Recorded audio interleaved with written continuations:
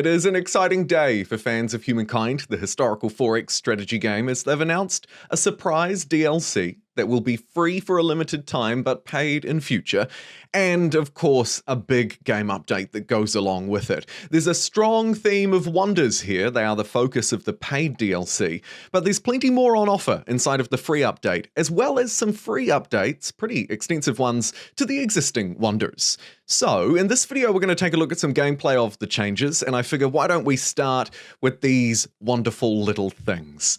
Inside of the paid DLC, the Bellum Wonders Pack, these 6 wonders feature, one inside of each era, from the Colosseum to the Pentagon and all sorts of things. And a lot of them focus around combat strength, around war, around certain unit types.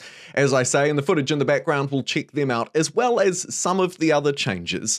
Let's start though by quickly taking a look at each wonder. Of course, to get them, just navigate to the Steam page or what have you, and you'll find the Wonders, the Bellum pack, completely for free until May 10th. The base game is also at the best discount we've ever seen, at 80% off. If you're interested in purchasing it, I do have a link below. It'll take you through. You can buy it through Steam or whatever. I get a small kickback. But that's not what this video is about. Shameless self-promotion aside, it's actually about these 6 new Wonders that are included in the pack. The first one that you can see I'm working with here in the gameplay is a beautiful stable. It provides us with an extra horse deposit, which is very strong in the early game, particularly with those city improvements that you get food from horses, as well as upkeep and general costs reduced for cavalry and land units for the rest of the game. Very strong. In Era 2, we have the Colosseum. The Colosseum is war-focused, most certainly, providing you with 5% extra money for every war declared on you, or that you have declared yourself. The overall stability penalty during war is reduced by half, and you get a neat narrative event that I'll return to later in the video for gameplay, but it can summon some militia and stuff. In the third era, we have a beautiful, faithful citadel. Again, one we'll take a little bit of a look at. It provides extra faith per adjacent mountain. Very strong. It also has a lot of synergy, of course, with the previous DLC that was focused around diplomacy and that kind of thing. It's quite interesting. I'm not sure it's the strongest one, though. In Era 4, 5, and 6, we get some powerful and focused wonders. In Era 4, we're allowed to, with our wonder, units can generate outside of their own territories at half the usual speed. Veteran units will also receive an additional point of combat strength per level of veterancy, but more importantly, it'll allow us to retire our units. Disbanded units gain 100 money for the Empire per unit that they destroyed. Disbanded units outside of their own territories will also give pot back to the capital. So a nice cash reward there. Moving into era number 5, this is juicy. Coastal harbour only. It works as a harbour. It provides 20 industry per harbour in your empire. Very strong. It of course acts as a naval spawn point, but these last two are particularly interesting. A minus 25% cost on naval units. Bam. Nice little discount, and you can repair with money for half the usual price on your boaty boys. And the boaty boys get a little bit of a benefit here too in Era 6 with the Pentagon, plus 20 fortification for all districts on Empire, a minus 25% cost on units with the bombard action, and this is where it gets juicy. All actions, all units with the bombard action, I should say, naval, land, or air, can use 1 more bombard per turn. Sheesh, it's like the Civ 5 crossbows on steroids. And that rounds out the list of the wonders included in the paid DLC pack. Yet again, if you're watching this video within the first 2 weeks, the DLC will be for free. If not, it comes in at an expected, a fairly low price of around $3 US, depending, of course, on your region and that kind of thing. Let's move through now and take a look at the free changes, the big changes that were included in today's Humankind Game update. There were 2 sets of major changes, some that were requested by the community that they acted on, and then others that they acted on alone. They start in the settings menu with land territory size and ocean territory size options now available, as you can see in game setup. Moreover, though, there is a slightly longer list. These were changes added from community ideas. We had that new territory size, but starting from the top, there's a display damage preview available now as you go into a fight. You'll see that in the footage. It's quite quick, but you can quickly mouse over the insta-resolve and get a look at what kind of damage you'll take. There's also a demand all and renounce all option for grievances in the diplomacy screen, so you don't have to click each one individually. Units now have a count of the number of enemies they've taken out of action. That, of course, feeds into other things that we've seen, like one of the wonders that we discussed earlier. There's a preview on the FIMS yields for cultural wonders now. We'll return to wonders in a little bit. And the last couple of things on the list, fairly minor, they're changes to multiplayer. They've added a game option to play with the leaderboard hidden, actually. Not a bad idea overall.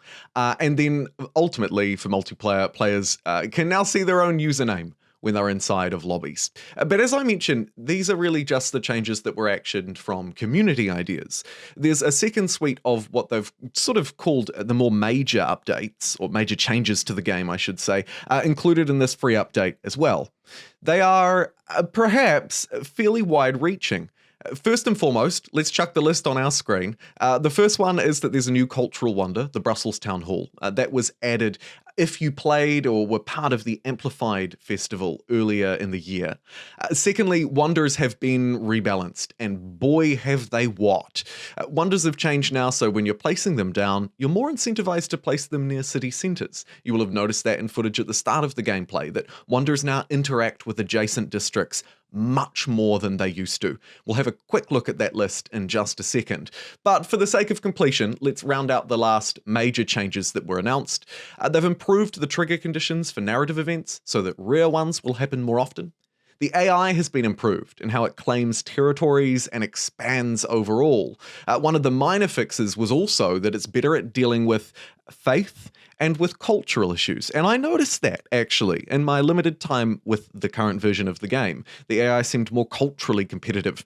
And finally, there's been some general improvements, particularly for lower-end systems, focusing in on the late game.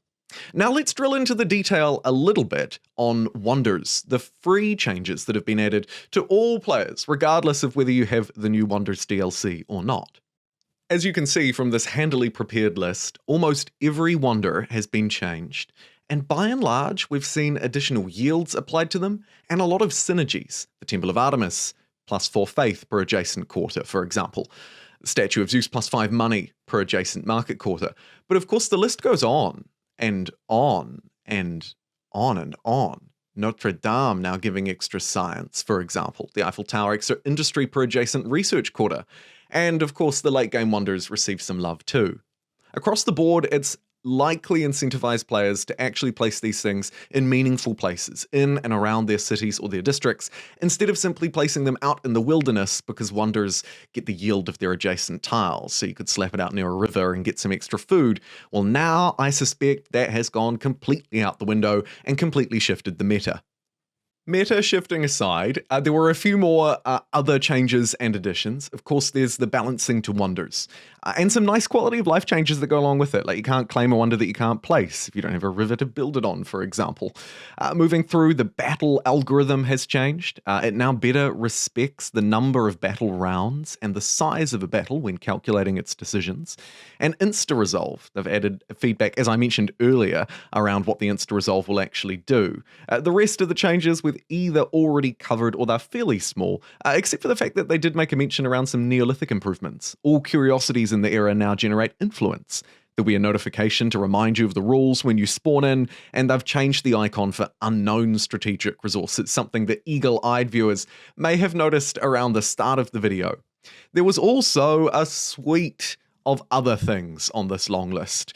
Fixes spotted by the community, another list of bug fixes around the same length, and a few more that they've fixed since the update preview came out 2 weeks ago that I, of course, played in beta and covered here on the channel. And that brings us towards my sort of concluding thoughts for this video. A relatively small DLC pack, and thankfully priced accordingly.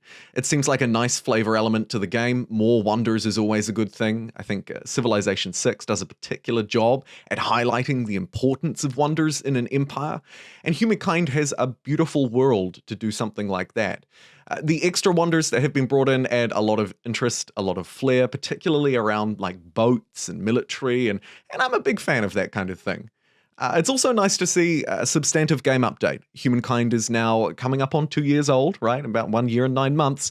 And I'm excited to see where it moves through from here. Let me know your thoughts below on the DLC pack or the game update more broadly. And thank you so much for watching this Humankind video.